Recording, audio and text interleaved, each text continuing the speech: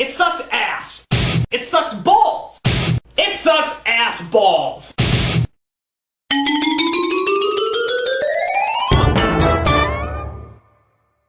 Good morning, afternoon, evening to all. My name's the Casual Capybara, and welcome back to another Casual Capybara critique. So, at the time of recording this, or writing this, I just got back from seeing the Super Mario Galaxy movie. I started this YouTube channel back in my alpaca era reviewing the original Super Mario Bros. Movie in 2023, so I figured it could be a tradition to make Mario movie reviews and the potential Nintendo Cinematic Universe, but more on that in a bit. First, let's talk about the Mario Galaxy movie itself. It's alright.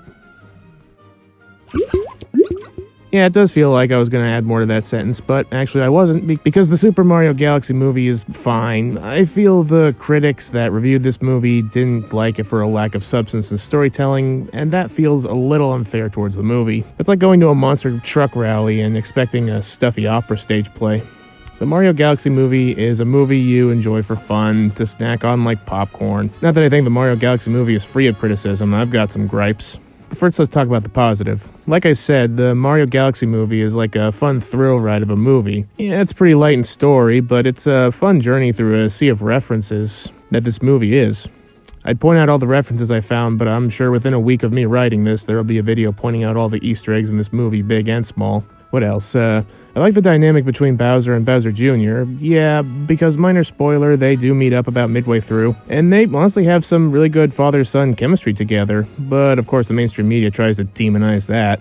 Moving on, one of my biggest issues with the original Mario movie was the overuse of licensed music, and in the Mario Galaxy movie, apart from Biggie Smalls' Hypnotize, I couldn't find any other licensed music, so, bonus points for that, and also I'll cut them some slack because I do like Hypnotize. So, what are my issues with the movie?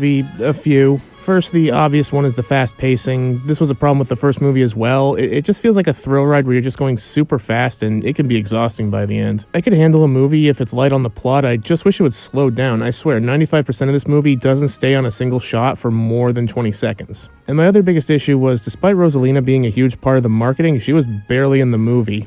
I mean, f***ing hell, Fox McCloud got more screen time than her. Again, I'll get back to Fox and the NCU. And there's also some strange lore the movie makes up, like that Princess Peach and Rosalina are sisters, and together they can summon the power of the cosmos? I don't know, it's probably best not to think about it too hard. And apart from some small nitpicks, I really can't remember enough to really put it into a video word essay, so those are my only real complaints about the movie. So on a scale, I'd give it I liked it out of 10.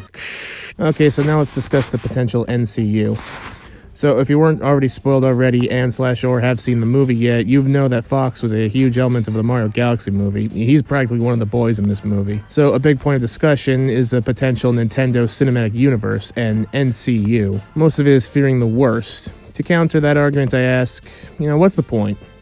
It feels like wasting energy at this point because nothing has been officially confirmed, but I can understand some of the worry, because while I can see Illumination doing most Nintendo franchises adapted to movies fairly competently, but there are some exceptions, and the biggest one, personally, if you ask me, is Metroid. Because if it ever happens, I don't see Illumination doing a good Metroid movie adaptation. Metroid's serious, silent storytelling would work with Illumination's loud, fast-paced, appeal to lowest common denominator mindset about as well as Skittles go well with fish. But that's my only real concern. It may happen, it may not, and if it does happen, I'll be there to tell you if it's bad. So, we'll just have to wait and see. As for the Mario Galaxy movie, it has its issues, but I still had fun. As for if it's better than worse than the original, I think they're about on the same level of quality, giving half a point here or there. So, if you're a Mario fan, you'll probably have fun. I know I did. Now, as for the outro gag, I've had to rush out this video to strike while the iron's hot, so my VAs don't have a joke I prepped for this. So, hang on a minute. Let me just do a little touch up in MS Paint.